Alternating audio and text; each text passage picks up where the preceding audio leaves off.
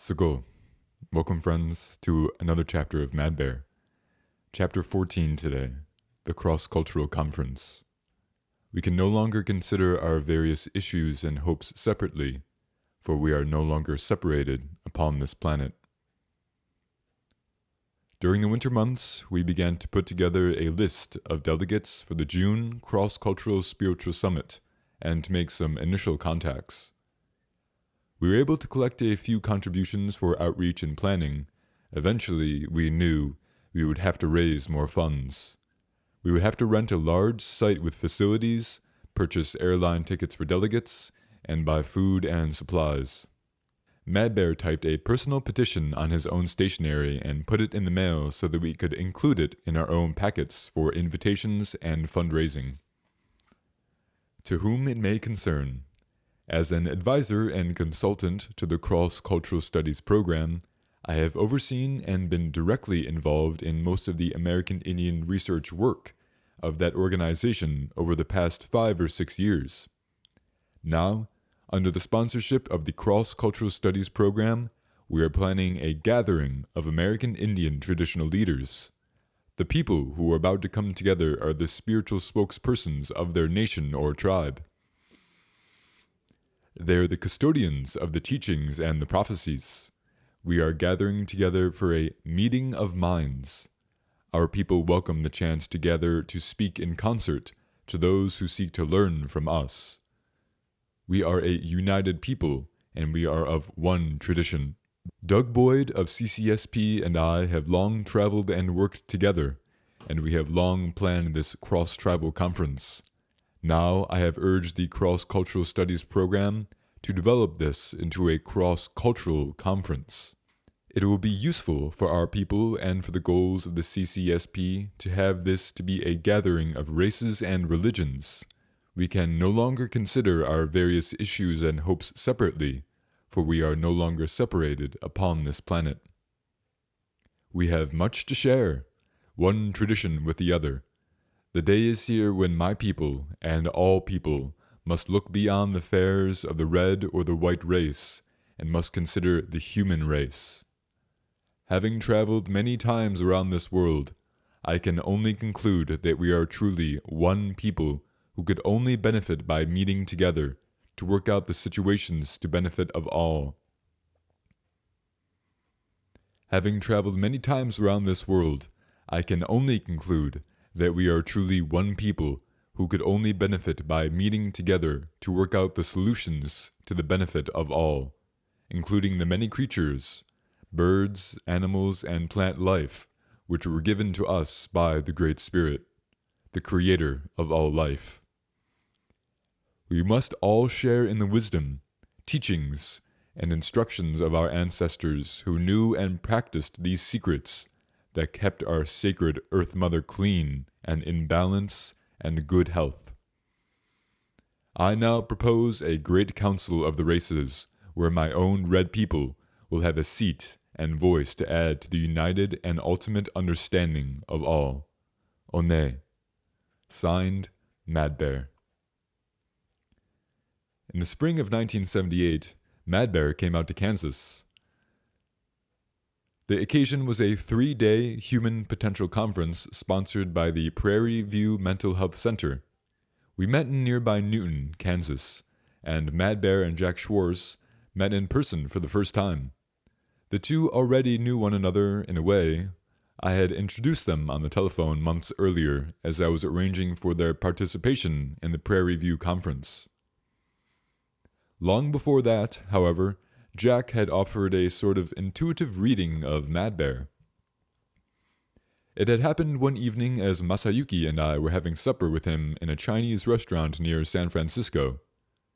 In the course of our conversation, I had mentioned Mad Bear to Jack, perhaps for the first time, and Jack had instantly volunteered an account of Mad Bear's nurturing nature, describing his journeys, his magic, his humor, his challenges and his challengers, and the reason for his overeating. Though I knew Mad Bear and Jack did not, Jack's intuitive insights had been helpful to me. I had been a, I had been a speaker at the Prairie View Conference the previous year, and the directors had asked whether I would be willing to arrange the next conference, and perhaps include an American Indian presenter. Both Jack Swartz and Mad Bear had immediately come to mind.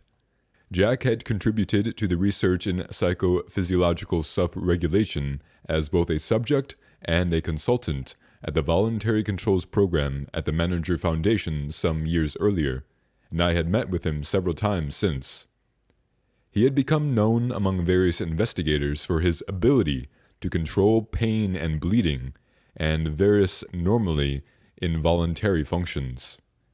When I consulted with Jack, he agreed, with the condition that no concurrent talks or meetings were to be scheduled during the entire 3-day seminar. "I don't believe in these three-ring circus affairs," he told me.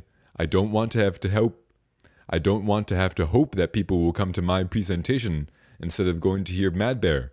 I'm not interested in competing with anyone. I'll do this thing if I get to be there listening whenever Mad Bear is talking, and if I get to share what I have to say with you and him both. The conference sponsors concurred, and their announcements and program stated, "This will be the first time these three presenters have worked together in one conference. All three will be involved in each session." 8 of us checked into our hotel in the little town of Newton. Jack had come with Lois, his wife and associate, and I was joined by Tim and Pam, who had driven out once again from Utah, this time bringing Stu, one of their students from the University Art Department. Mad Bear was with Jerry, his adopted son, also a young medicine person and a skilled singer and dancer. Jack and Mad Bear were eager to talk and get acquainted before the conference began, and they sat together in the lobby as we were checking in. Throughout the entire weekend, before, during, and after the conference, all 8 of us spent every possible moment together, in the dining room or the faculty room at the Prairie View, or at the hotel. It was entertaining to listen to Jack and Mad Bear. It seemed as though they were trying to outdo one another's humor, insights, and tales of personal episodes and experiences. But their conversations were fun and friendly, and they were amusing to each other as well as to us. "You know what I have in my personal possession?" Mad Bear blurted during one of these conversations. "Doug has seen this, but no one outside our own people even knows about it. I have in my possession an actual skull of one of those little people who live among us up north. A real human skull, only this big." He held out his thumb and forefinger slightly apart in demonstration and moved his hands around our circle so that we could all clearly see. Then he realized what he had done. As the two had led one another onto greater levels of intrigue, they had begun to talk about nature sprites, wood nymphs, water nymphs, and elementals.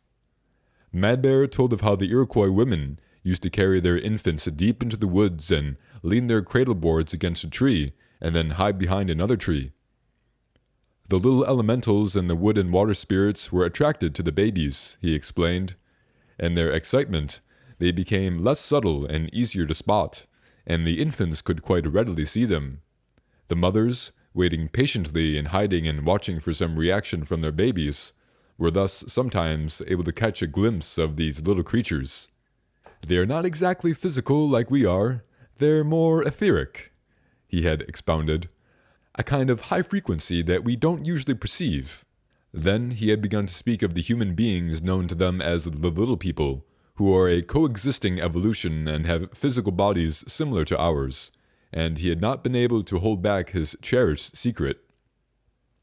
"Well," he said, scratching his head, "the time might be right for some of these things to come out. Maybe people should know about it. Something has to draw us out from these walls we put up, back to the natural world we're so alienated from." In the conference, Jack and Mad Bear were mutually supportive and empowering. We 3 sat together before our audience and listened to one another's talks. Most of the time, we spoke together as a panel or invoked group discussion among the participants. Though Newton was a small town in the Kansas prairie, the Prairie View conferences had developed a wide national outreach and recognition, and a large diversity of people came from virtually all parts of the country. Mad Bear, a full-blooded Native American medicine man, and Jack Schwartz, a Holland-born mystic and neuropath, were two very different people with somewhat complementary philosophies. The contrast was fascinating to observe. As one of the presenters, I was able to introduce and talk about both Mad Bear and Jack Schwartz, and to say things about them or in their behalf that they were not likely to say about themselves. And I was glad that we three had arranged to present in concert. Jack focused on health and healing and personal empowerment for effective living. Mad Bear spoke of the planet, of ancient records and prophecies, and of the emergence of the New World. I talked about issues and involvement and strategies for social action. Our various topics and approaches, in combination, seemed to bridge the concepts and concerns of personal development, planetary consciousness, and group endeavor, a potent mix of power potential access and practical application, and produced what I thought were some relevant implications for our audience, as well as some useful concepts and strategies for our own future projects and pursuits. One Sunday afternoon, for the conclusion of our conference, I offered some chants and invocations, and Jerry performed, in his spectacular costume of buckskin boots, bells, and bustle, some traditional songs and dances. Jack Schwartz guided a moving internal vision quest and meditation. Then, the entire assembly went outside for Mad Bear's closing ceremony. In a nearby field, the group formed the traditional circle. It was huge, and Mad Bear had to shout, but his loud voice was calm and clear as he gave his thanks and his blessings and his prayer for a safe journey home for all present. In the midst of his words, he commented that he was sensing some disturbance way out west. He felt that it was a demonstration or protest of some perhaps at a nuclear plant. I feel a lot of caring, and at the same time I feel a lot of conflict and contention, he said. So may there be a soft and warm breeze from the east, and may it carry power and peace to the people there, that they may be helped to receive greater courage and wisdom. And may all people change their path away from danger and destruction. He closed his eyes and raised his palms slightly, and we stood quietly and watched, as though to join him in his silent prayer. But then there came an unmistakable breeze. It was warm indeed and soft, perhaps, but everyone's clothing and Mad Bear's medicine fan began to flutter, and it lasted for 2 or 3 minutes. Then Mad Bear offered his blessing, though he did not call it that. Now, as we break our circle and prepare to return to the 4 directions from where we came, I am going to give my thanks and respects to each and every one of you, one by one, as you pass around and go on your way, and may you all go in peace. So, Mad Bear, it looks like we'll have a chance to hang out and have a pretty good meeting here tonight, I said, when we were on our way, speaking to him as he often spoke to me. I wanted him to feel committed. We had said our goodbyes to the Prairie View staff and seen Jack and Lois on their way, with assurances all around that we would meet again, and we were heading north. We would soon be back in Topeka, with most of the evening ahead of us. He was serious about our work, I knew, but as he felt the need to move as the wind blows, I felt the need, sometimes, to pin him down. And there was our project group in Topeka who felt the need for his help. Mad Bear and Jerry had return tickets for late the next day, and we had booked a room for them. There was no way, this time, that they could just suddenly leave. It only remained for us to get Mad Bear cornered for the evening. "Wait a minute, hold up," he said, and I feared I had been too aggressive. "Hold up a minute. Stop and pull over here. I see something I can use. See those plants just off the road there? Let me get out. I'll just make a little offering and take some of these." And he was out of the car and standing over some small plants whose leaves nearly hugged the ground, making his offering. Yeah, he said with a groan, as he wrestled to pull himself back into the car while carefully holding his leaves. Looks like we'll have a chance for a pretty good get-together tonight.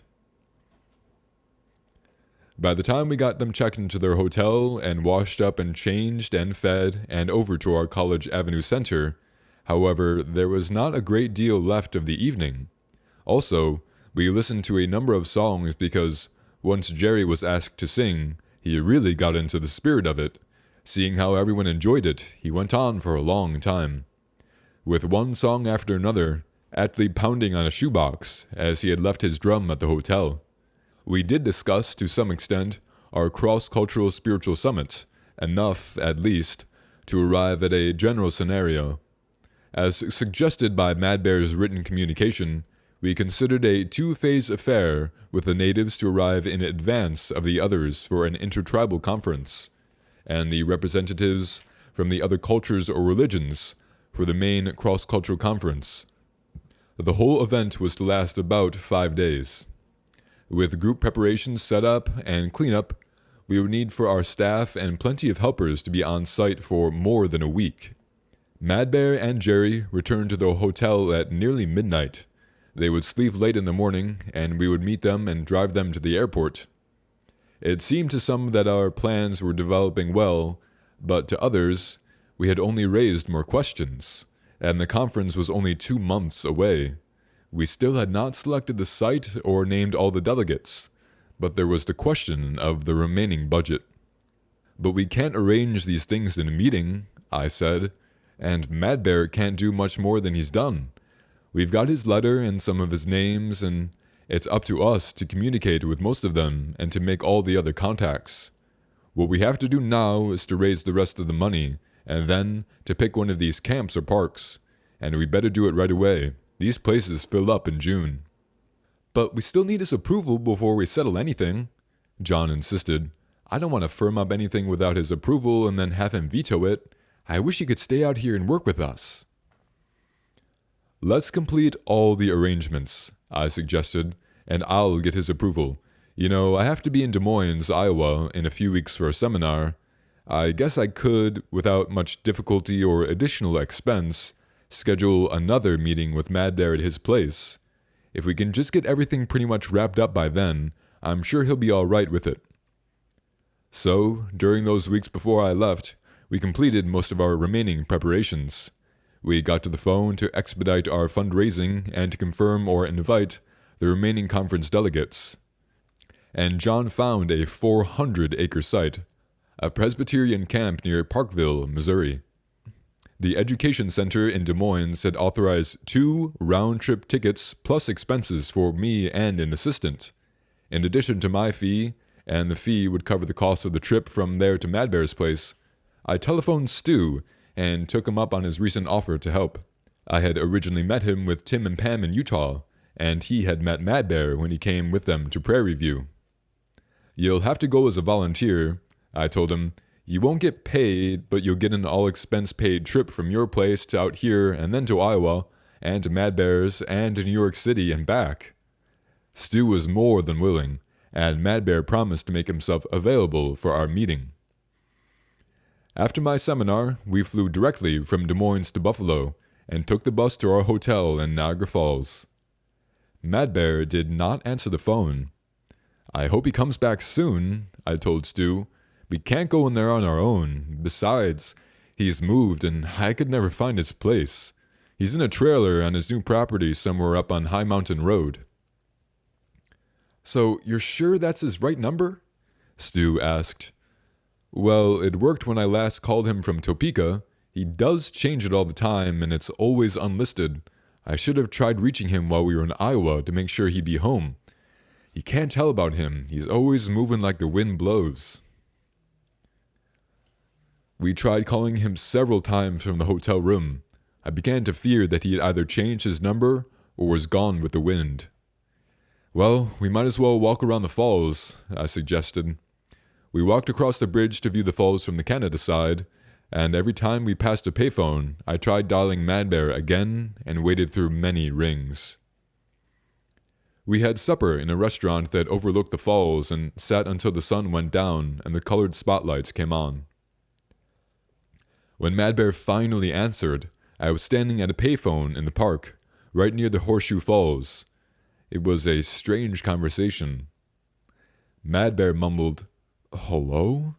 in a groggy voice, and I assumed he'd been sleeping while we'd been trying to reach him. "You should see where we are," I said. "We're across the bridge over here at the falls. I'm standing almost in the mist, and the blue and silver spotlights make it look like a glowing, dancing clouds." "I got this ant bite today," he answered. "Stu's here with me. Funny looking thing, partly purple. Mad Bear, I was thinking we'd get together tonight, maybe in town? I'm working out my new place here. I just stopped to grab a sandwich. The thing ran right up my arm. Would you like to come out to the hotel? We watched it bite me." "Oh, wow. So anyway, maybe it's feeling kinda late to you now."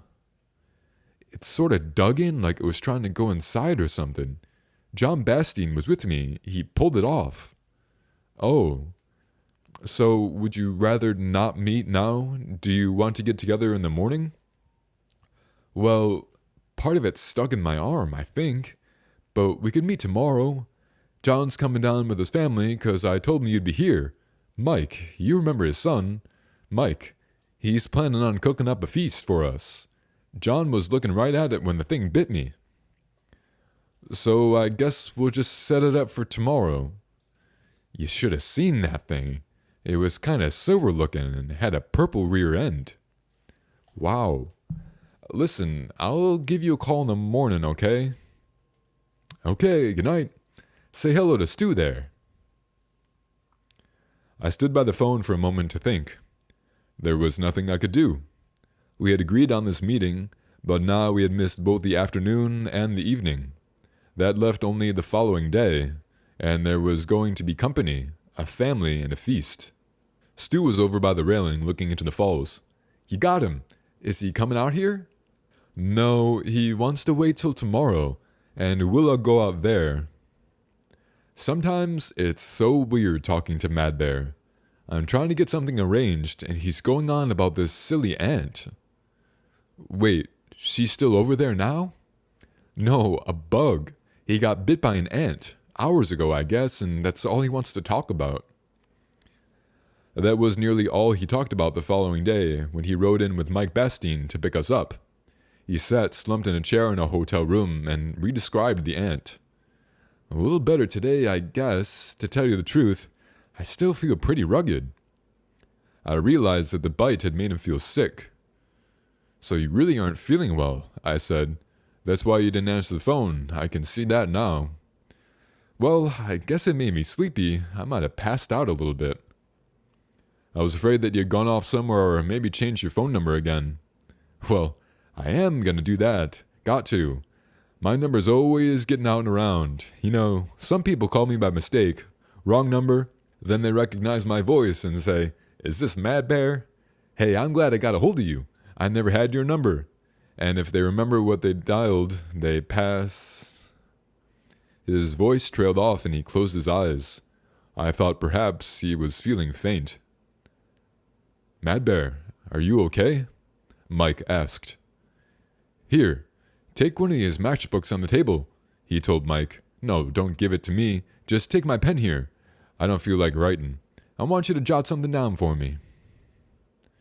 "I'll need something more than this matchbook," Mike said. "No, just hold it." Mad Bear closed his eyes again and, after a moment, slowly dictated, one by one, a series of numbers, and Mike wrote them in the matchbook. "Here, give me my pen, but you hang on to that. Keep it till we need it. See, there's another way my number gets around. Every time they change it for me, they give me someone else's recent number. Then I just have to change it again. Once they gave me the garage's old number, and the people called every day, and I say, 'Sorry, this isn't their number anymore,' and they say, 'Hey Bear, is that you?' That's what bugs me. When that happens, speaking of bugs, I do feel pretty lousy." "Let's drive on in, Bear," Mike said, "and you can get some rest." "Not sure what good that'll do. Might have to brew something up here." The Bastines and their 2 other sons were waiting for us at Mad Bear's place. I saw the new property and the temporary trailer home for the first time, and we sat around at an old picnic table under a large tree while Mike cooked over a grill in the yard. Cinder blocks, lumber, and bags of cement were stacked up in piles nearby. "This is where it bit me," Mad Bear told us. "I was right here at this table. We stopped for a break and I was eating my sandwich, and this thing got on me and went right up on my arm. I didn't show you this. I don't know if you want to see this right before eating, but just take a look anyways." He slid up his shirt sleeve. It was startling. His upper arm was swollen and very discolored. "Good grief," I said. "It looks bad. You better check into that." I had my medicine bag off. That's the thing. You know I never take it off, except just to wash up. Well, we've been really working here. More than I should. I was so exhausted. Had dust in my eyes and nose and everything. I slipped it off and splashed some water on my face. So I was out here with my sandwich and my medicine bag was sitting there by the sink. I can't believe I did that. John was here, he can tell you. That's right. The minute he spotted the ant on him, Mad Bear knew he was in trouble. See, these things are always being sent around. Usually I give it no mind, just my natural precautions. This one was waiting for its chance, and I gave it to it. When I saw it going up my arm, I automatically made a grab for my medicine bag. And then I realized. I told John to slip my shirt off real careful so we could see it. I wanted it off, not to hurt it. Then I'd get my medicine. But it dug right in, and when John pulled it, it came apart. It's in there, I know it. Boy, I sure got caught off guard this time. The food seemed to revive him, and he joked and laughed while we were eating and even recited one of his poems. But after the meal, he began to nod off. From time to time he would catch himself and try to hold his eyes open and look attentive. "You should sleep," I told him, as people began to clear the dishes and carry the leftovers into the trailer. "You're obviously really drowsy, and I don't know why you fight it. There's no need. You can sleep." "I should," he said. "I really should. I think I may have a fever, but you know how I am with company. I just don't feel like it's right with company here." But the Bastines had been thinking as I was, and were straightening up so that Mad Bear would not have to. "We're going to square everything away and send you to bed," John said. "We'd figured we'd do a little sightseeing with these guys while we're here in the area, and you've got no need to do that." "Well, I guess I'll get a little shut-eye," Mad Bear said, and we left him. He called after me as we were getting into the car, but his voice came too weak to be understood, and I walked back to the doorway of the trailer. "This conference thing will go ahead one way or the other," he said, "but you do as you see fit. However you see it, that's the way I see it too, and that's the way it's going to be." We spent the rest of the afternoon with the Bastines, driving or walking along the Niagara River. The next day, as we were taking the bus back to the airport, Mad Bear was being taken to the hospital. Mad Bear knew we would be at the Lexington in New York City, and though he was in great pain and almost delirious with fever, he managed to have us notified. The message was alarming. Mad Bear has received an insect bite that may be fatal, and was admitted to the hospital with a high fever, kidney failure, and other serious complications. I thought of going back up to his place, but it was unlikely I would be able to see him or that I would be of any help by being there. I had no idea where he was hospitalized or how to contact him, and I was not able to reach any of the Bastines. By the time we were back in Topeka, however, Mad Bear had himself telephoned our place and left a number where he could be reached. "Yeah, they got this phone where I can receive calls here," he said, "but they don't want me talking much. I'm trying to get out of here, though. I can't do what I gotta do in here, you know that. It's good I was in here, though, for the surgery. They cut a huge hole in my arm. You should see it. You could almost get your fist in there. John went back to my place and found the rest of that ant where he pulled it off. Can you believe that? There's something strange right there, 'cause we're all sitting around that table, and the next day after, how come that little piece of ant was still waiting there? Anyways, they identified the thing. They said that particular ant can even kill cattle with its bite, but it's never been seen anywhere up north here. Well, I knew that, but I didn't want to explain too much to these doctors. Do they think you're going to be all right? They don't know. They think I'm going to be in here for a couple of months at least, but I'm not. I've got ways to deal with this if I can just get out of here. Look, call me back or I'll call you. They're trying to get me off the phone. I'm not supposed to be sitting up. Well, John declared, that takes care of the spiritual summit. We'll have to notify everybody it's canceled. I don't know. I didn't talk to him about it. We'd better wait to notify people. Maybe we can set a later date. The next time we heard from Mad Bear, he was calling from home. Listen, I just got here. I signed myself out and promised I'd be back in 3 days. It wasn't easy. I told him I had my new house all spread out on the ground here and all my valuables were in this flimsy trailer, just asking to be stolen. That was true, but I claimed I was worried half to death and that this worrying would kill me first, for sure, unless I could take care of it myself.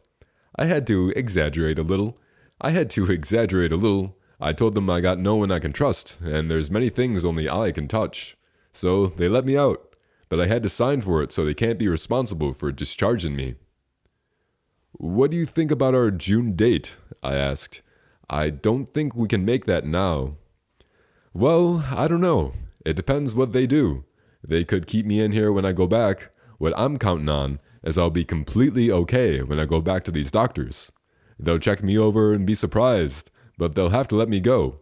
Why don't you call me back tonight? Let me think this thing over. By that evening, he had decided to postpone. This is going to be a bit of a contest I got to deal with here. A bit more than I realized, he said. I got some real work to handle here. We decided upon the new moon of September for our conference date.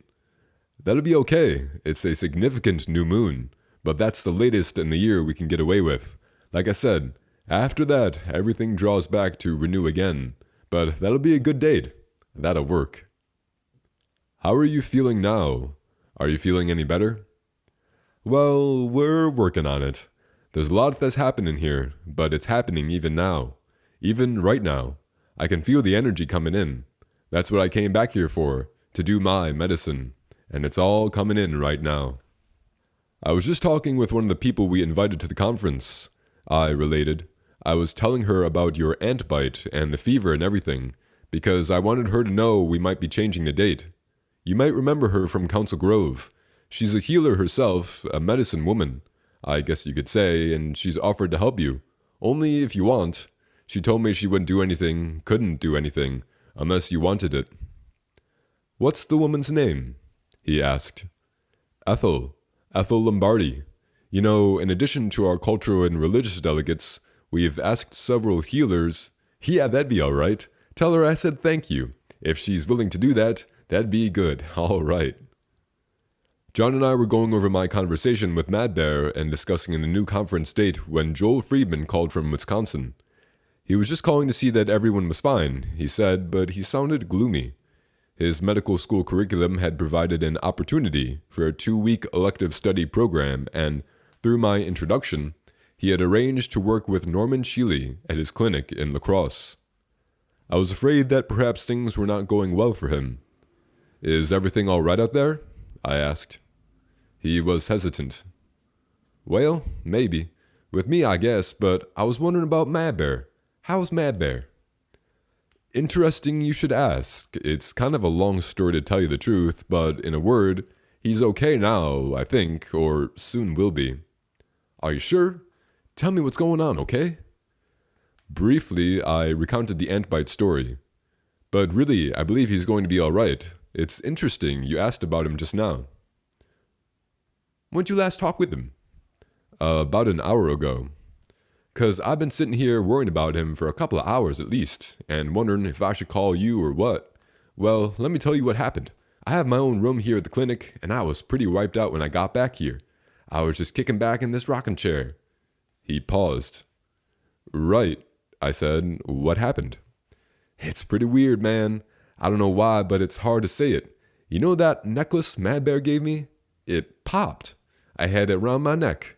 I've been wearing it the whole time. It didn't break, it actually exploded. I mean, I was just leaning back and the thing went bang, and pieces flew all over, bouncing off the walls and ceiling and everything. All I could think is, oh my God, is Mad Bear. I mean, I've been sitting here wondering if he's dead or what. Maybe you could call him back and just check one more time. I recalled what Mad Bear had just told me about doing his medicine and getting the energy. But it did not feel right to call him back. Whatever he was doing, I did not want to tell him what had happened with Joel. Look, I said, I don't want to call him just yet. This guy Marty's going to call me from up there. He lives right near Mad Bear. He's kind of an apprentice, and Mad Bear was planning on sending him out here. You know, we were working on this conference out here, and Marty was supposed to come out to help. We're changing the date because of all this, but I'll be talking to Marty tonight. I'll get him to check on Mad Bear, and then I'll call you back. As soon as I hung up, I called Marty and then phoned Joel back to assure him Mad Bear was still alive. Then I talked with Ethel Lombardi to relay that Mad Bear would be grateful for her help. Over the next several days, we made many calls to notify the conferees and to rearrange the schedules.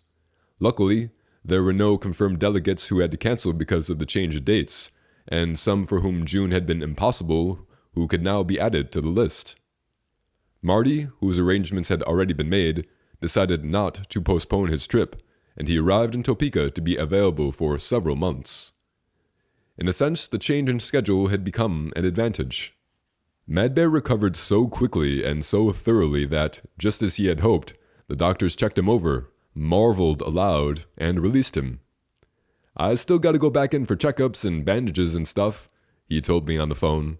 You know, I've got this big old hole in my arm and I gotta keep it bandaged up for a while so some bird doesn't try to build a nest in there or something. My place is coming together pretty decent, by the way. I've had lots of good help out here and we're getting it up in a hurry.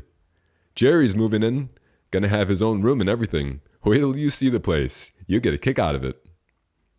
Sounds good, I said, but I hope we'll see you out here before that. By the way, I'll have a new phone number before long, and it's the right one this time, believe it or not. I'll give it to you out there, but don't tell a living soul. Or did you already get it? No, how would I get it? We wrote it down. It was in that matchbook. They were kind of surprised in the phone company. I went in there in person with Mike. I told him to make sure he had that matchbook on him. I told this guy I came around in person to make sure they gave me the number that's been the longest out of use. The guy told me it'd take a while to search it out, and I convinced him we were prepared to wait right there. So he went and came back with it, on an actual computer paper, you know, those long pages with the holes down the side.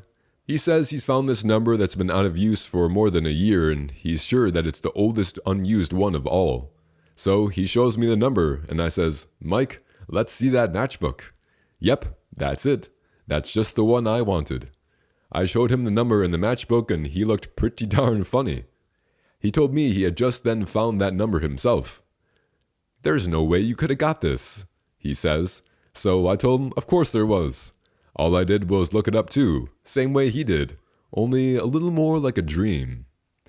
The guy started scratching his head and nodding at the same time, and Mike, he busted out laughing. I remember when Mike took that number down, I told him. I wondered what that was all about, but I never did remember the number. I didn't remember it either, that's why we wrote it down. I had a pretty good fever then anyways, course, that could have been what helped me catch the number. So looky here, let me put the finishing touches on my place here and on myself, and then I thought Jerry and I'd maybe come out and have a look. You'll have to arrange the right time, out there at the site when it'll be open for us to do it, 'cause we're going to have to go out there and have a little ceremony for the land and all. Mad Bear appeared to have fully recovered and was excellent high spirits when he and Jerry flew out in late summer to look over the conference site. Marty and I and several of our people met their plane, and we all checked into a hotel near the Kansas City International Airport so that we could go together to the conference site in the morning. The conference site is really convenient to the airport, I told them.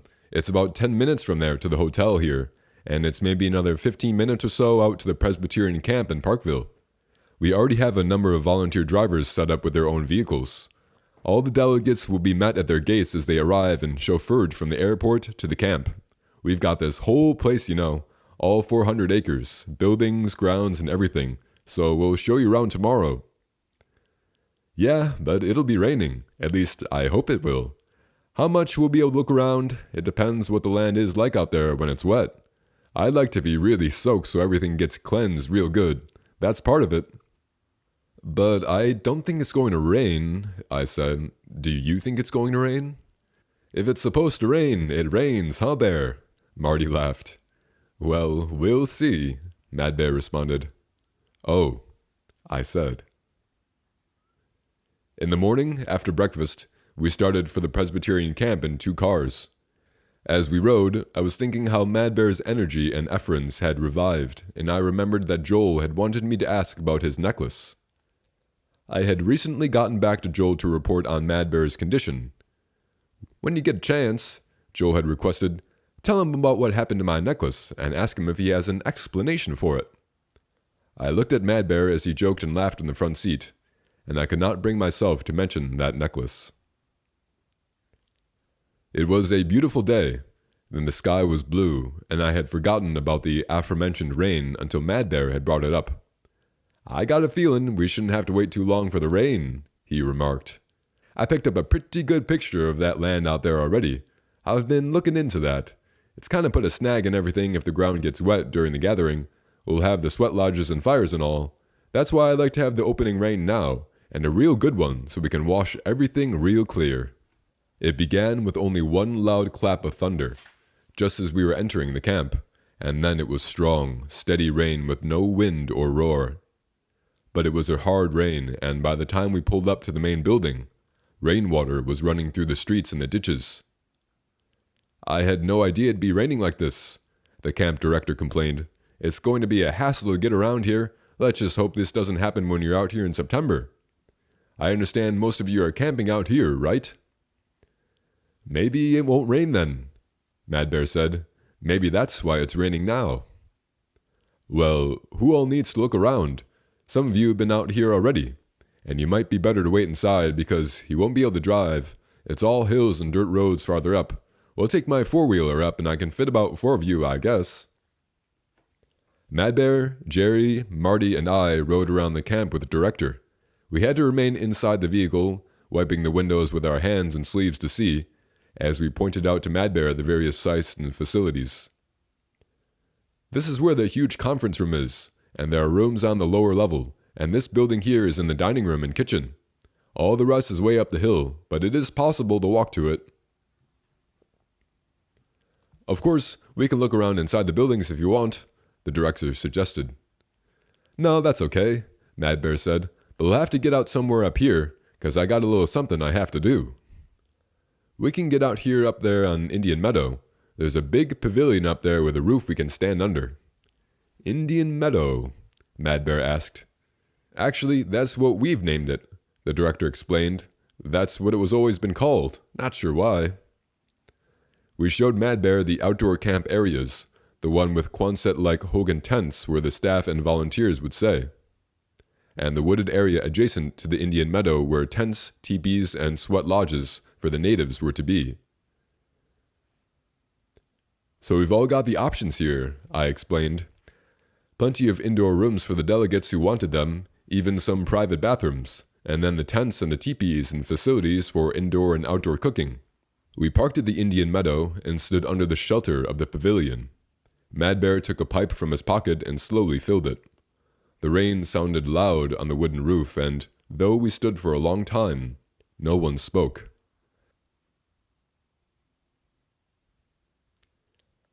At last, Mad Bear said simply, "Wait." And he walked out under the downpour into the middle of the grassy meadow. He stood with his back to us, absolutely still, and his large form appeared rooted to the ground and undaunted in the pouring rain. The rain lapsed for only a moment, and Mad Bear lit his pipe, but when the billows of smoke began to rise above his head, it came down even harder. When he had completed his rite, he walked back under the roof. He was very wet, but no one mentioned it. In fact, no one spoke, not even the camp director, until we were back at the office. "So I guess you follow your Indian ways and traditions," the director remarked. We've got a little rundown from these fellows on what you people are doing here, and we respect that. So I'm sure glad you could come out. It's just too bad it had to rain like this." "Yeah, but it's got its good side, though." Mad Bear looked satisfied. "You know, it kind of settles the dust." As we pulled out onto the highway, the sky cleared and the sun came out again. Back in Topeka, I telephoned Joel to tell him that Mad Bear was in excellent form, but that I had not yet asked him about what had happened to the necklace. "It's not necessary now," Joel told me. "I know about it now, you know. I collected all the pieces and I saved them. The other day I took the pieces to a man here at the clinic who sometimes works with Dr. Sheely. I came to know he's extremely intuitive, so I thought I'd run it by him and see what he could say. At the time I was more concerned about Mad Bear than the necklace, so I said, 'What can you tell me about the person who gave me this?' What did he say?" "He told me it was a gift. I said, 'I know that, but what can you tell me about the person who gave it to me?' I didn't go into any explanation about how it broke. He asked me what the person said about the necklace when he gave it to me. So I told him he said he doctored it for me, but I didn't mention Mad Bear's name. He repeated that it was a very extraordinary gift, and I told him I agreed, but that this wasn't what I needed to know. He said, 'Maybe you don't understand what the gift was. Maybe it was intended for it to be that way, for you not to know.' So I pressed him, and he told me that whoever had given the necklace had helpers working with him, like the ones we call allies. And it wasn't just a necklace I'd been given, but this helper, maybe for protection or something. So I described a little about Mad Bear and about how the necklace had literally flown apart. I think you know what he told me." "What?" "He said, 'I assume that in his urgent need, the man called upon all possible available resources, and this force was torn free and drawn back.'" In September 1978, staff and volunteers arrived at the site, 2 days ahead of the conference, with truckloads of food and supplies to begin the preparations. Tents and firewood and willows and rocks for the sweat lodges were hauled up the road into the Indian camp. The huge teepees came on a special contracted trucks, with long poles with red flags attached extending out over the backs of the flatbeds. Another truck carried our stage. It was a sturdy raised platform with a high backdrop that had to be custom made and then transported and assembled on the spot, and it was set up at the bottom of the grassy horseshoe hill to create an outdoor amphitheater for the post-conference festivities. The lighting and sound systems were brought in and set up by another contractor. Our staff and volunteers called ourselves the support group, for we were there to chauffeur, cook, chop, clean, and carry, neither to spectate nor to participate. We were nearly 100, more volunteer helpers than the number of delegates and invitees. We had our final briefing in the large conference room in the main building. As everyone knows, we have a sort of 4-act scenario to be played out over the 5 conference days, John told them. This sort of thing has not been done before, so we'll have to wing it as we go along. In any case, we seem to be pretty well organized. We just have to keep in mind that we're here as silent serving support group, and not as students, seekers, or spectators. We don't want any of the spokespersons or representatives to feel that they have to perform for us or satisfy us in any way. None of them have followers here from whom they have to maintain any kind of front. Most of us will not be attending their meetings, and will only see them in passing or when we're driving or serving them or whatever. Except for the specially arranged social times, there will be no cameras, recorders, or note-taking. And we should approach or engage the delegates only as hosts and helpers, or if they approach us. Because if we can feel right about missing some precious contact and learning opportunities ourselves, we'll be most helpful as a support group. This is a closed and confidential conference, and we want all the delegates to feel comfortable and totally free, perhaps for the first time, to be entirely themselves and completely open among themselves. We're thinking of this event as an important prototype, I told them, a small-scale sampling or model of what we hope will become an ongoing intercultural, interracial, interreligious process of contact and communication. It's our hope that in the future, others with greater capacity and capital than what we've had available here will carry forward this model on an ever greater scale. I think it's important to keep these points in mind, for the sake of supporting them here and for whatever we may be able to do with this in the future. We believe that the special and nearly unique considerations we've attended to here are what will make this sort of dialogue, or interlogue, process work. For one thing, the support group's situation we're just talking about is unusual. We're appreciative of the fact that so many dozens of us here are willing to chop wood or chop carrots, sight unseen, so these delegates can be together comfortably and without distraction. I think this will be one of the most conductive characteristics of this event, I said.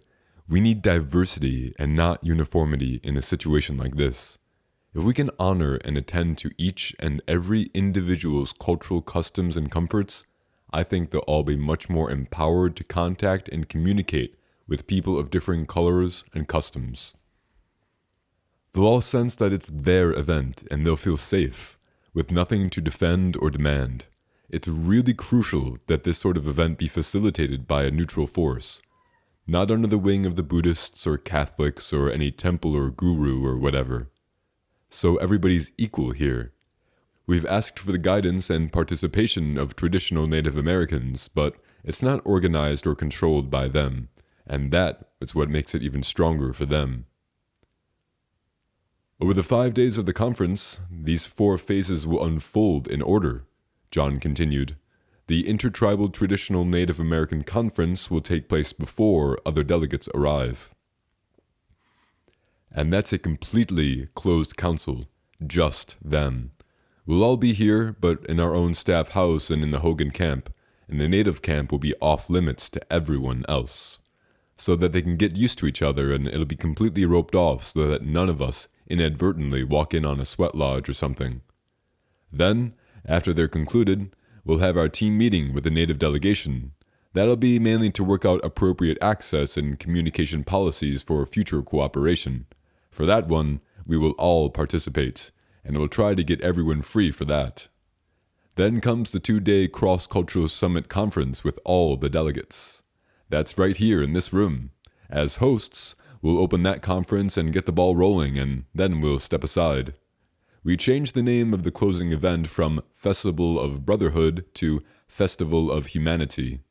Some people suggested it's a better choice of words, and we agreed. As you know, that part's open to the public, for the delegates themselves to present or share whatever they want. That program will come together as the conference unfolds. The first step now is to get it set up.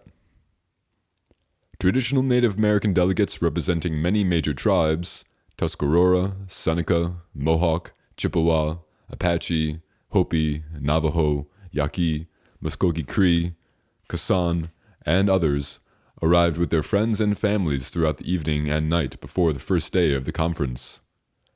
Through the night they had their sweats and ceremonies, and all through the following day they held their councils. Except for a few drivers and hosts, no one saw them, and there was no contact or communication between the native camp and the support camp. Among the non-delegate invitees were Cosme, a Philippine healer and physical therapist, and his wife, Clara, and Gabriel, therapists from Bay Area in California, and they drove out in Parksville in a large motorhome. As the natives were holding their council, volunteers worked to prepare the rooms for the main conference and the food for the upcoming opening banquet, and cooked in the camp for the support group. Some of the invited guests talked among themselves, and Cosme, Clara, and Gabriel were soon busy offering treatments and energy therapy to the workers. One by one, they attended to nearly half of our group, and there was a steady flow of clients in and out of their mobile clinic. All the staff, volunteers, and invited guests had supper together in the Hogan camp that night and sat around a large open fire after dark. We could hear faint sounds of drumming coming from over the hill. "What do you suppose they're doing?" someone asked, and someone else responded, "Well, it's none of our business. We could have our own ceremony if we want." "I thought we were supposed to be invited to join them by now," said another, "since they finished their own conference with each other. Most of us haven't even seen them. We're not allowed to go in there, and I don't think they'll ever come out." "No, we were intentionally planning to have no contact with them until tomorrow," John explained, "and then we'll have them visit up there." They're not supposed to have to come out. They don't even know where we are." Just then, there was a tall figure wrapped in a blanket standing beside us. He had approached so quietly in the dark that no one had heard him. It was Philip Deer. Everyone fell silent. For a while, he only watched us, perhaps waiting for someone to say something, and then he spoke. "Well, I just thought I'd walk over here and check. I was hoping maybe somebody here knew something about giving a massage. I sure appreciate it. Our native people, we don't do that no more. At least nowadays, nobody seems to know about it. There's nobody up there that can do it." After a moment of awkward hesitation, several people volunteered at once. One of our people was a certified masseur, and he led Philip away to find an appropriate setting. Later, I sent a message requesting to meet with the native delegates to arrange for the conference with our group. It was agreed, and I and a volunteer drove up over the hill, past the barricades and the native guards, and into their camp. I had watched the tents and the teepees arrive from the main area down below, but it was my first view of the native village since Mad Bear had stood under the rain in the Indian meadow weeks earlier. It was an enchanting sight. There were sacred fires near the sweat lodges in the woods, little ceremonial fires flickering among the trees, and fires inside the tall, graceful teepees that made them glow in the dark. Sacred ceremonial objects were in the trees and near the fires at the sweat lodges. Because I was expected, there were no sweats or ceremonies as I arrived, and, except for the guards and the ever-watchful fire tenders, everyone had gathered around the tables under the large pavilion. They greeted me nonchalantly, and sat with obvious detachment, only watching me and waiting. I was supposed to make some sort of presentation. I wanted to welcome them on our behalf of our sponsoring group and thank them for coming, but thoughtfully, because I did not want to think that we considered this our event, or that they were here for us. I decided to simply say that, and to tell them that what we wished, as facilitators, to support them in their future involvement and influence in national and international affairs. But I also told them that we had gathered here and had sought to meet with them to petition for their help. We hoped for more outreach on their part and greater and more meaningful contact. Our people want to correct our misinformation and misunderstanding, I told them, but we can hardly do that properly without your help. Many of us want to learn from you, even to learn the appropriate way to learn from you. I think we agree that we are all here to expand, or begin to expand, our communication with each other. But we request your guidance as to how this should be best done. They sipped their coffee and tended to their little ones who had become restless and begun to run around outside the pavilion, and they continued to appear detached. But they talked quietly among themselves. "So we're supposed to sit down with you folks and talk?" one asked. "Well, if you'd be willing to do that," I said, though I thought that what was already had been agreed. There was no further comment or suggestion.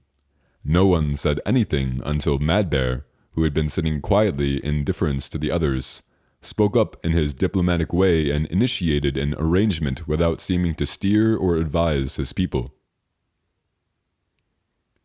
"I think since you've approached us," he said to me, "they may be waiting for you to extend the offer. Maybe it would be appropriate if you, on behalf of your bunch there, would invite our native delegation down to your place." In the Hogan camp, early in the morning, our people gathered to confer, even as dozens of hotcakes were being grilled round after round above the open fire. The natives had been invited, the hour had been set, and we decided to prepare for them.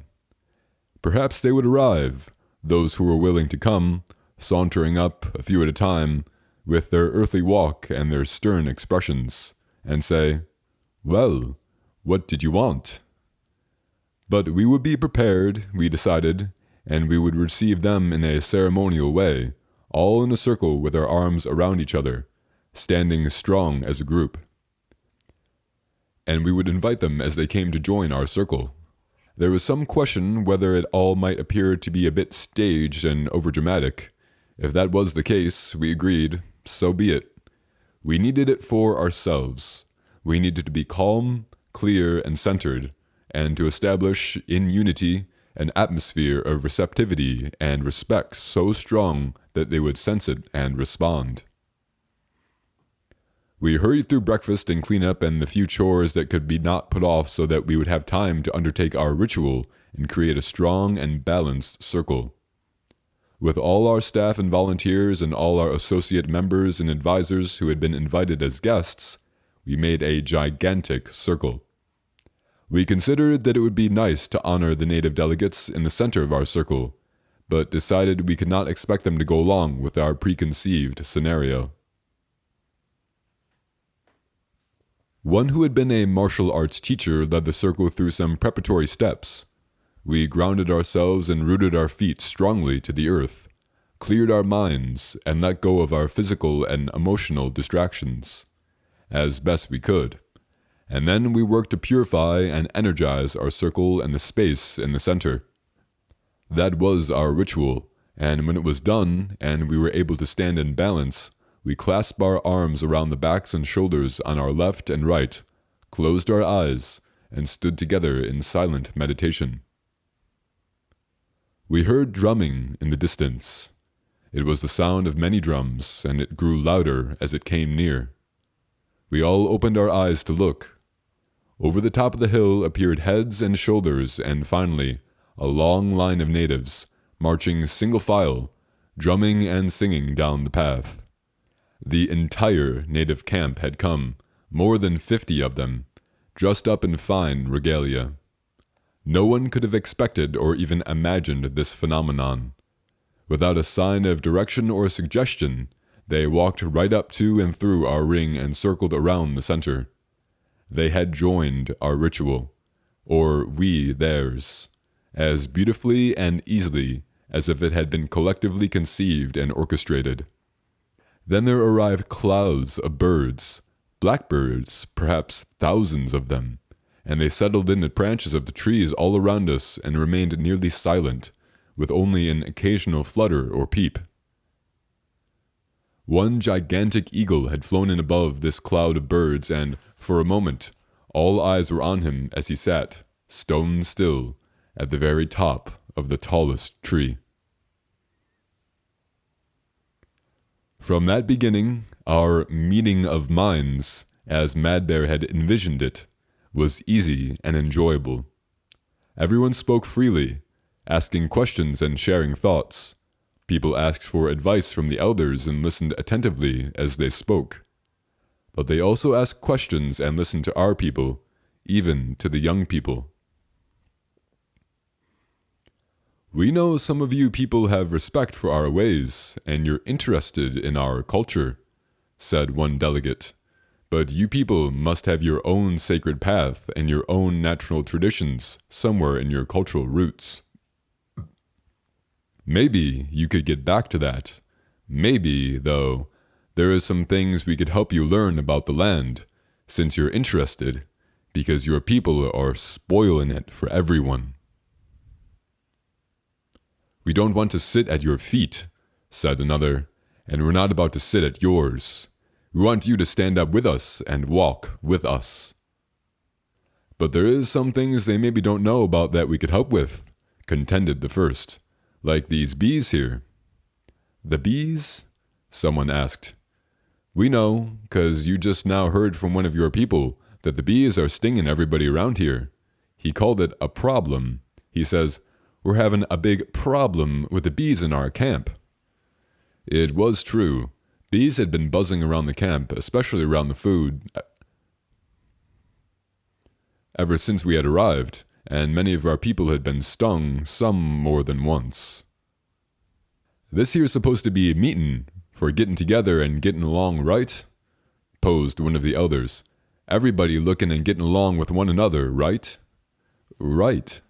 Well, I ain't passing judgment or being critical of you folks here, but some of you might still got a habit of forgetting who was here first.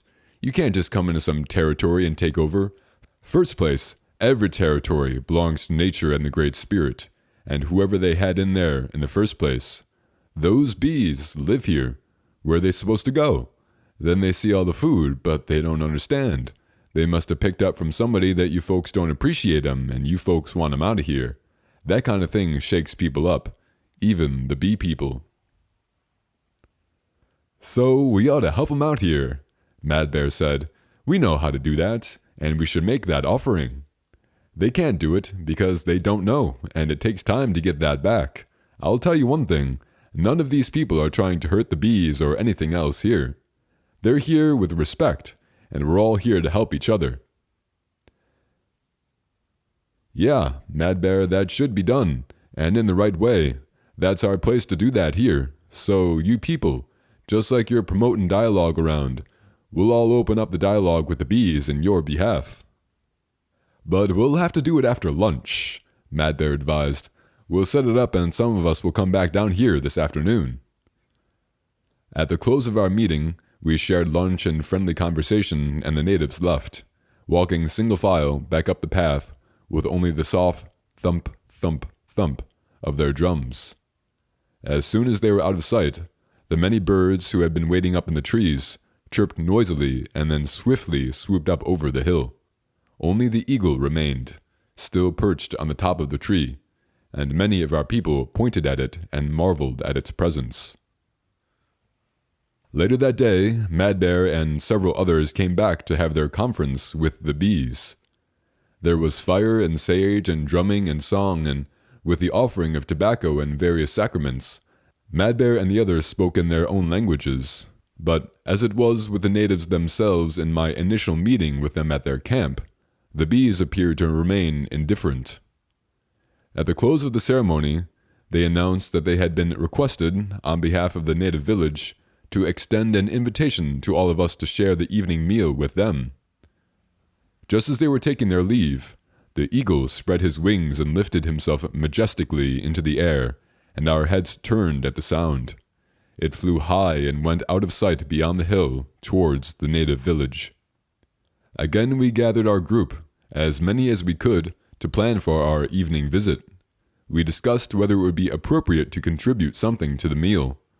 Those who were vegetarians favored the idea, because the natives, they knew, would have mostly meat and meat dishes, and this would give them an additional option. Right now, I don't care, one of them said. Whatever they offer, I'm going to accept it. We decided to go with soup. We had a gigantic cauldron, big enough to hold more than 100 servings, and the cooks could make a thick, hearty porridge.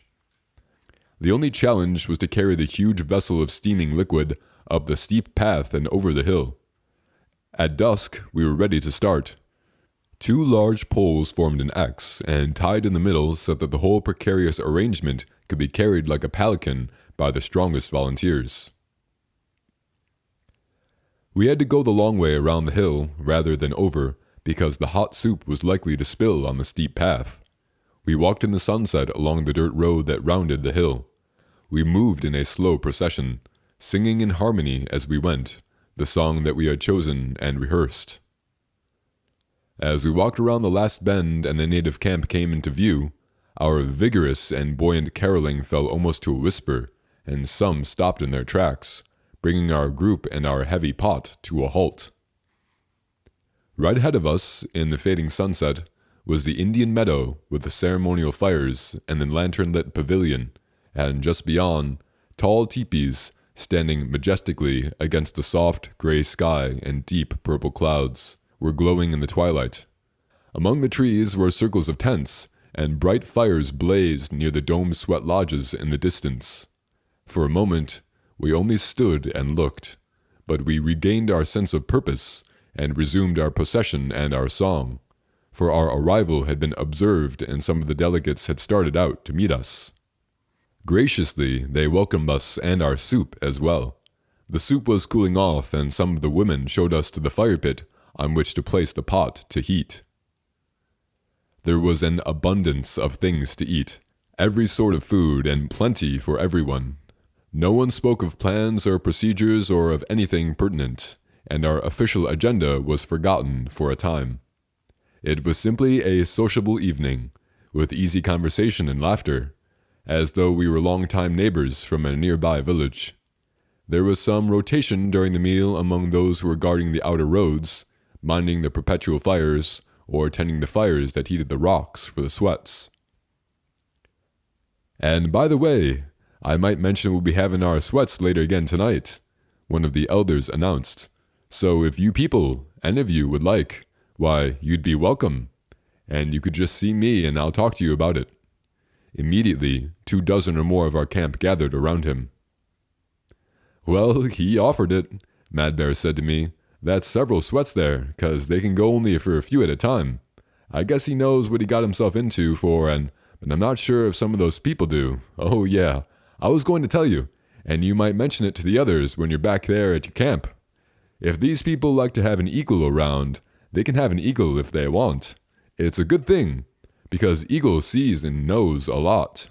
But it should be respected, and by the way, it's not necessary to point at it." The next day, the other delegates began to arrive. Those who came early had the day to settle in, to rest, or get acquainted with the site and with the others. The rabbis were the last to appear, as it was Rosh Hashanah, and they would travel only after starsight on that day. Rabbi Herbert Wiener had to fly from Boston and thus had to arrive in the night. Rabbi David Zeller had flown in days ahead from California to spend the holidays with friends in Kansas City, and it had been arranged that he would appear after starsight in time to blow the shofar to start off the opening ceremony. Although they had the day, the cooks worked to prepare the banquet to culminate the opening ceremony. By nightfall, everything was ready. Chairs, place cards, notebooks, and pens, mics and speakers had been arranged in the main conference room in preparation for the following day. The banquet was prepared and the tables were set in the main dining room. The entire group, nearly 200 people, were gathered on the grounds below the main building. The timing was perfect. Just as everyone had gathered, David Zeller arrived, and the first sound that the assembly heard, the blowing of the ram's horn, marked the close of Rosh Hashanah and the opening of the cross-cultural conference. There were greetings and opening remarks, and prayers and blessings in various tongues were offered to initiate the event in a manner appropriate to everyone present. The banquet was a feast fit for all. The variety of dishes were spread out buffet style, and there was an abundance for every taste and custom. Even the one delegate who was required to have his food prepared by his private cook joined the others at the table. The native delegation extended an invitation to those holy persons to join them in the native village in the night to pray with them in the sweat lodges.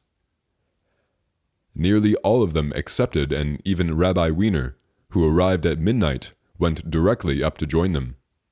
In the dark of night, they removed their robes and garments, stooped through the small sweat lodge door, and shared the sacred ritual with the natives. So, by the opening of the conference of the following morning, monk, lama, priest, pastor, swami, rabbi, and medicine person had already prayed together.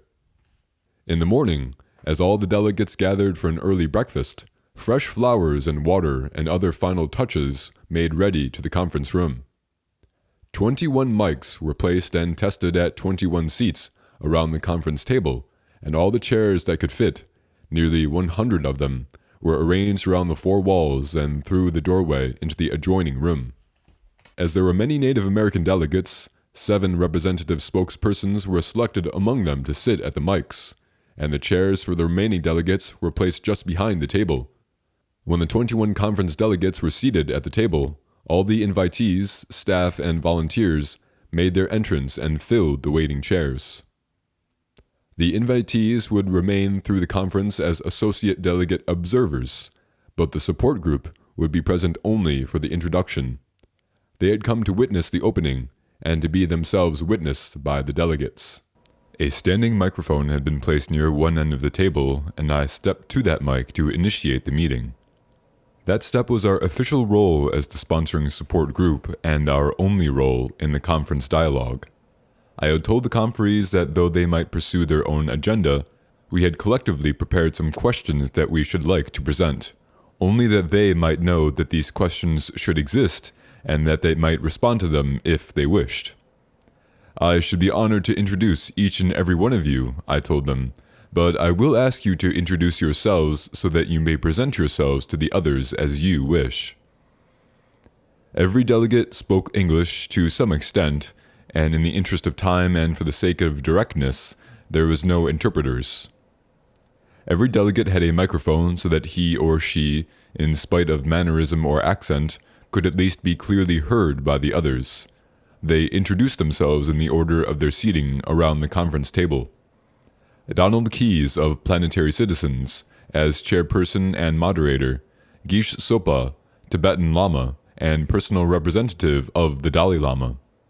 Abdul Khalifa of the Muhsin Vahir Salahuddin Masjid, Sona Margulies, ordained Zen priest, Barak Gruber, Sufi teacher, personal representative of Pir Vilat Khan, Dr. David Zeller, rabbi and Jewish mystic, Viento Stan Padilla, Yaqui medicine man, David Paladin, Navajo artist and medicine man, Oshina, Apache guide and lecturer, Lame Buffalo, Kassan spiritual spokesman and teacher, Mad Bear, Tuscarora medicine man and spokesman, Philip Deer, Muskogee Creek medicine man and spokesman, Sun Bear, Chippewa medicine man and Bear tribe leader, Pandit Usharbud Arya, Sanskrit scholar and Hindu spiritual teacher, Joe Levy, Sufi and holistic practitioner and teacher, Dr. Herbert Wiener, rabbi and Jewish mystic,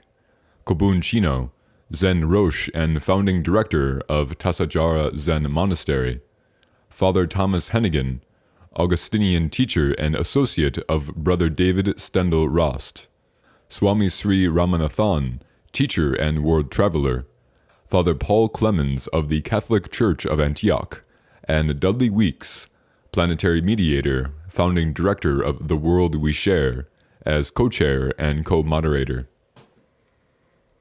After all the principal delegates at the table had given their names and described themselves briefly, I asked them to turn around in their chairs to try to see all the other faces in the room. There is no way to introduce each individual. We have agreed to introduce ourselves as representatives of your students and followers everywhere. We are here because you are here, and we want to see what you will do. We represent the population of this planet, who are looking to you and others in your positions as our only hope for safety and survival. There are many reasons why this is so. The spiritual leaders are the only representatives with whom the population has direct contact, and the only representatives who are certain to put their welfare first. You are the ones to whom all peoples look for guidance.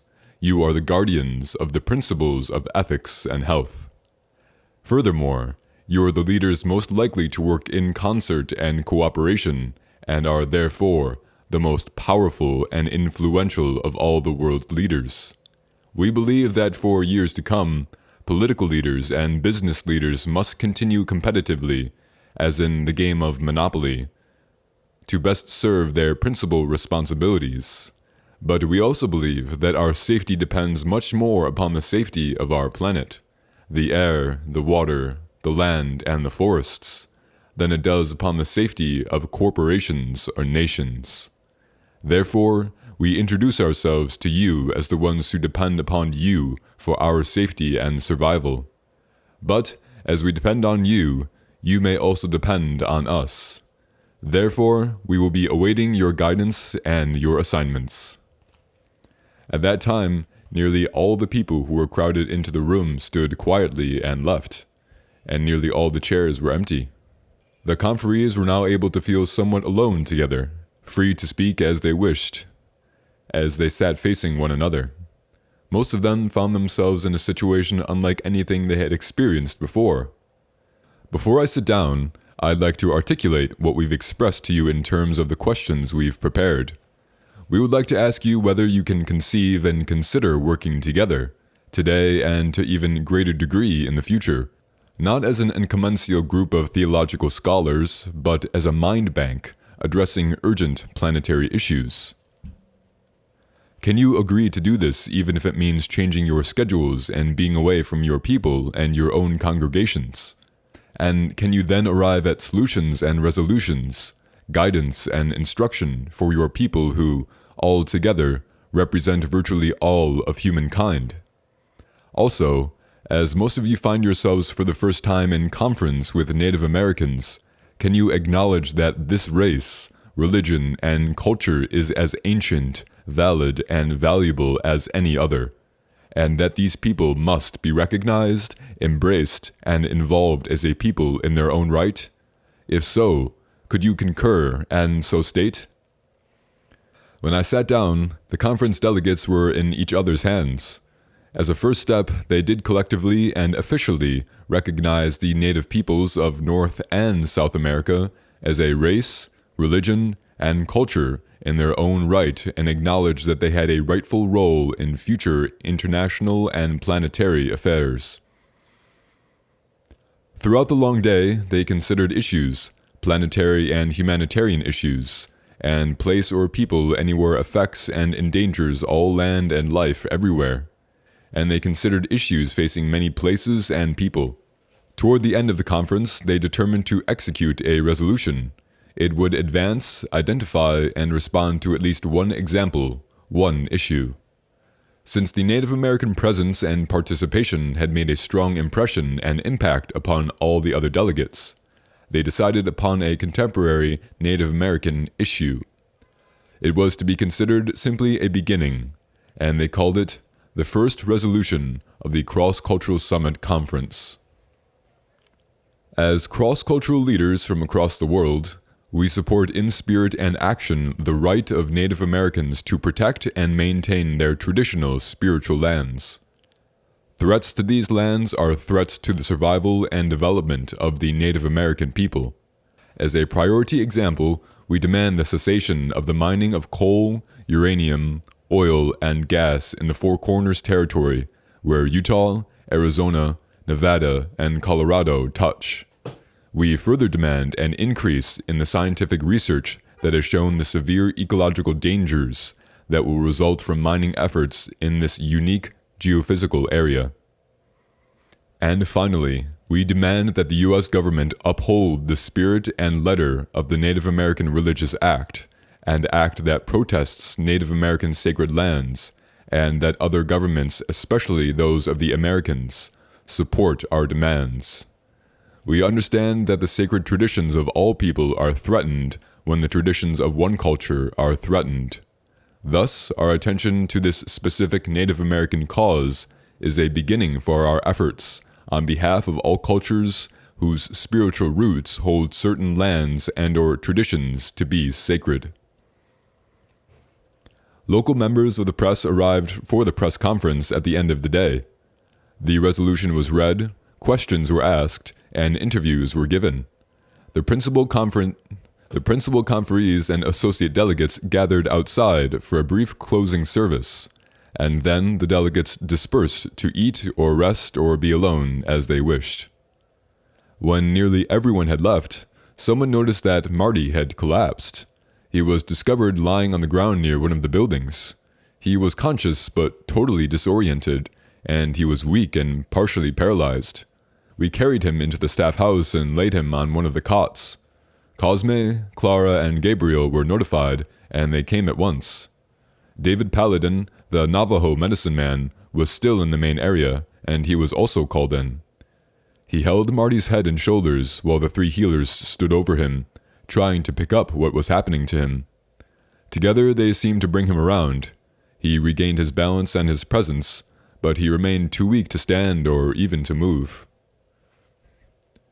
"We know what is happening here," Gabriel said. "It is an attack of sorts. It has been a potential all the while, but we have all been all right until now." Several of our group had come in to see. Those who were attending to Marty asked to clear the room as it was getting crowded. So people left and we locked the door. "But you should get Mad Bear," someone told me. "He's Mad Bear's apprentice, and this is a case for Mad Bear." "I'll have to have a vehicle," I said. "He's back at the native camp, and I'll try to find a driver and go get him."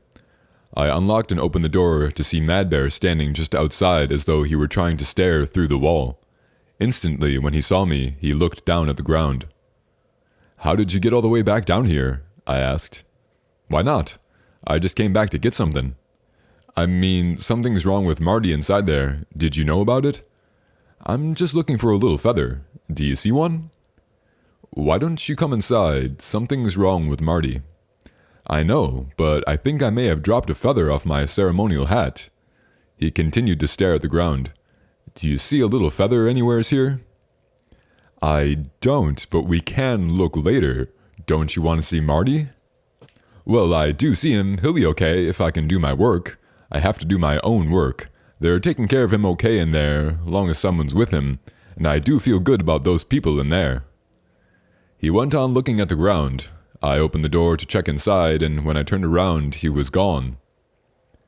I talked to Mad Bear, I said. He was right here, but now he's gone. I wondered how to explain it. It's all right, Cosme said. We'll be taking care of him. Gabriel said he'll bring his sleeping bag in here and stay right by his side all night. I went out again and many people were standing by the door, waiting to see what was happening. People insisted that Mad Bear ought to be there, and I explained that he had been and gone, but no one had seen him. I talked to him, I said. I told him about Marty. He said he was trying to find this feather that dropped off his hat. He wasn't here, so that doesn't make sense, people told me. He hasn't even been over here where he could have dropped anything. I went back inside to consult with Gabriel. They don't think Mad Bear knows, I said. They think I should go up there and make sure. It's good that you're going to stay here with Marty, and I think Mad Bear knows it, but maybe we should check and see if Mad Bear wants him up there with him. You could go check if you want, or if they want, just so it's confirmed, but only you go. It's really important that Mad Bear not be disturbed. I located the driver who had driven me into the native camp days earlier, and we went to look for Mad Bear. It was quiet in the native village. Perhaps they were resting or having sweats or other ceremonies. I think Mad Bear is way up there in that camping trailer, one of them told me. He stays in that trailer sometimes.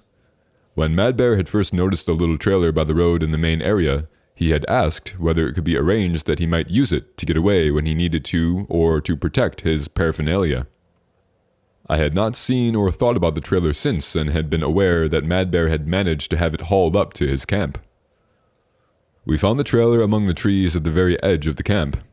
Wait here, I said, and with some hesitation, I tapped softly on the metal door. I waited. There was no response. I was trying to decide whether to knock again, a little louder, when I thought I heard his muffled voice inside, but I could not make it out, so I tapped softly again. Doug, is that you? He sounded half asleep.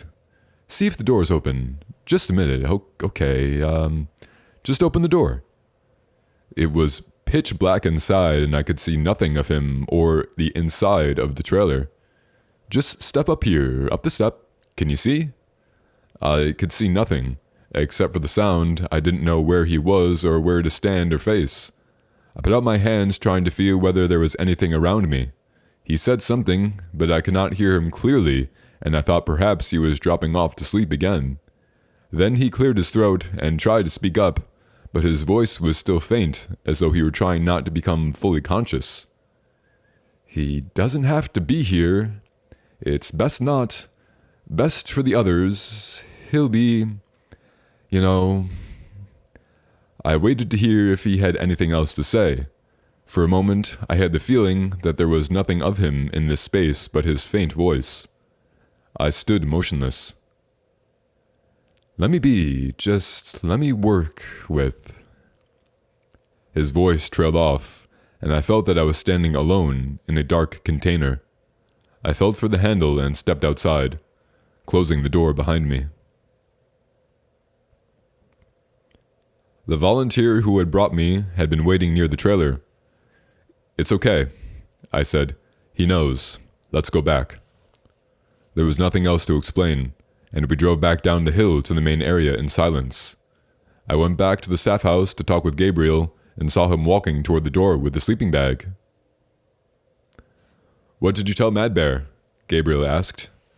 Nothing, I said, without thinking. Then I realized I had not spoken a single word to Mad Bear. I had a fleeting fear that I might have imagined I had heard him speak to me, but I knew that he had conveyed what he had wished. He thinks it's best that Marty not go back up there. It seems he'll be all right. You mean Marty or Mad Bear? I meant Marty. But you were right, Mad Bear wants to be left alone. He's busy, and we can only let him be busy in his own way. He knows what he's doing, and he's busy doing it. This is Mad Bear's challenge, really. Well, it's our challenge in that we're all here. It's everyone's challenge, and we're accepting it in a way. But I have a feeling this sort of thing is Mad Bear's constant work. We're doing more here than appears. I guess you know that. I guess you know Mad Bear is mostly doing what cannot be seen from here. I know, I said. He happens to have his physical presence, Gabriel continued, but he works on another level. And on this level too, I said. He's traveled all around the world, you know. He's met with so many. He's a mediator, just like the professional mediators you've had as moderators in this conference. They know, like we do, that there are opponents to dialogue itself.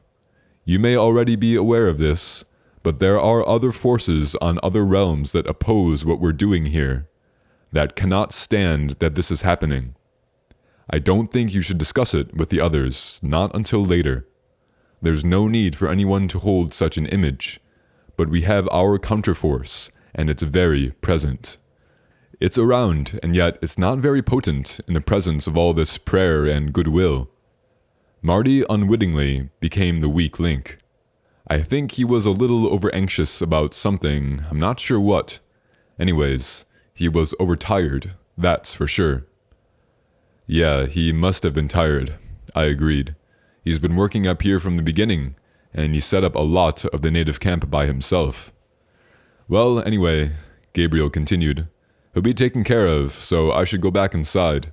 Like I said, Mad Bear knows what he's doing, and frankly, so do we. I walked alone along the road toward the camp, considering what Gabriel had said. He was right about the counterforce, I thought, because that's always there, even in the physics. And he was right about not bringing it up with the group. There was no need for this to become an issue now. I would talk about it at some point, I decided. It was a fascinating subject, at least when considered from Mad Bear's perspective. I thought again about the nature of Mad Bear's medicine. In all the times I had known him, I had rarely seen him work with infirmity or physical ills or injuries. His work, I knew, whether on the road or on the reservation or in some unseen realm, was conflict resolution. He had often spoken of a place or perception beyond conflict, beyond the perspective of other or outsider or opponent. I suppose that was where he was, and where he often was, as a mediator, basically. In the morning, one of our people noticed a small turkey feather in the middle of the mat right in front of the door of the staff house. That is the end of the chapter. Nyawa for listening, my friends. Take care.